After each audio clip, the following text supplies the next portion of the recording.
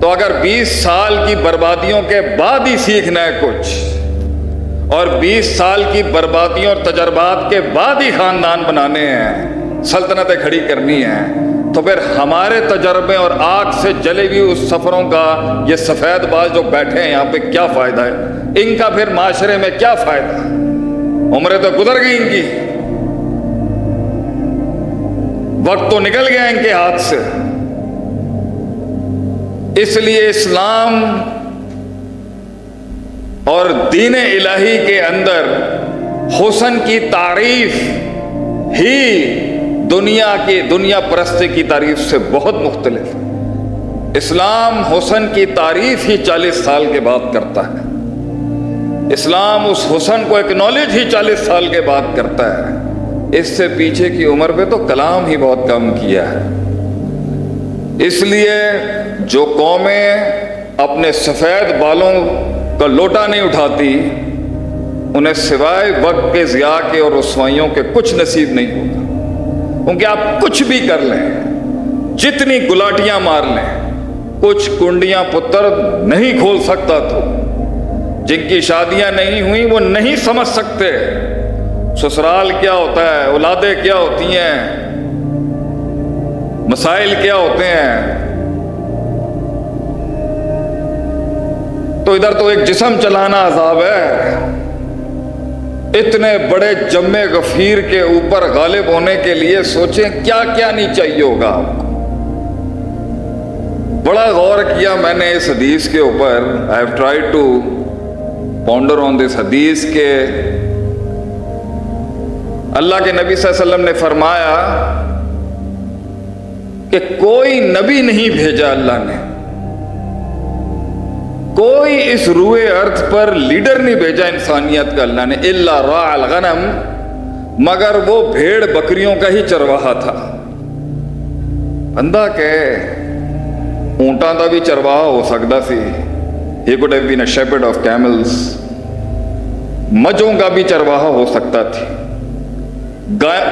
گائے اور ان دوسرے جانوروں کا بھی چرواہے، بکریاں ہی کیوں؟ بھیڑ بکریاں کیوں؟ کیونکہ وہ اپنا بھلا سمجھ نہیں سکتی، بھیڑ چھوٹی ہوتی ہے، دور سے اپنا نقصان نہیں دیکھ سکتی، جلد باز ہوتی ہے، ایک نکلتی ہے پورا کنبر اس کے پیچھے تقلید کرتے نکل جاتا ہے، ایک کھوٹ میں جائے گی 50 اس کے پیچھے جا کے بڑھ جائیں گے، پھر وقت لگا کے کھاتی ہے۔ کبھی چرواہے کو بہت کردار دکھانا پڑتا ہے ایک بکری ایک بھیڑ کے ریوڑ کو سنبھالنے کے لیے، اسے بھیڑیا دکھتا ہے، بھیڑ بھیڑیا نہیں دیکھ سکتی۔ تو ادھر تو ایک اپنا جسم نہیں آدمی کنٹرول کر سکتا، آپ بات کرتے ہیں انقلاب کی، ایسے ٹیکے لگاتے ہیں آج لوگ انقلاب کے نام پر۔ ادھر اپنا آپ نہیں، اپنے آپ کے خلاف اعلان جنگ کریں آپ کہ میں یہاں دیکھتا ہوں اپنے آپ کو، دس is where I C my self. تو یہ جنگ کا اعلان کر دے گا، اسٹریٹجک مینجمنٹ آپ کے اندر سے آپ کے خلاف ہو جائے گی، اور آپ کہتے ہیں میں لوگوں کے اوپر راج کروں گا، میں ان کی روحوں کے اوپر میرا سلطہ ہوگا، میرے حکم پر چلے گی قوم، میں محرکات پیدا کروں گا ان میں تحریک پیدا کروں گا، میں ان کے احساس ہلا دوں گا۔ یہ بچوں کا کام نہیں ہے۔ اس لیے الفاظ تب تک تاثیر نہیں بن سکتے، فلسفہ تب تک احساس نہیں بن سکتا، نظریہ تب تک جسم نہیں بن سکتا جب تک وہ قربانیوں کی گھاٹی سے گزر کے جل کے کٹ کے مر کے گزرا نہ ہو۔ اور بغیر استادوں کے اگر 40 پہ ہی پہنچ کے یہ گیان بانٹنا ہے لوگوں میں، تو پھر ہماری کاٹ کا کیا فائدہ؟ ہماری غلطیوں اور بربادیوں سے کیا سکھایا پھر ہم نے؟ تو فیل ہو گئے ہم کہ اگر ہمارا بچہ یہ کہتا ہے آج کہ میں تہاڈی گل نہیں سناں گا، میں بھی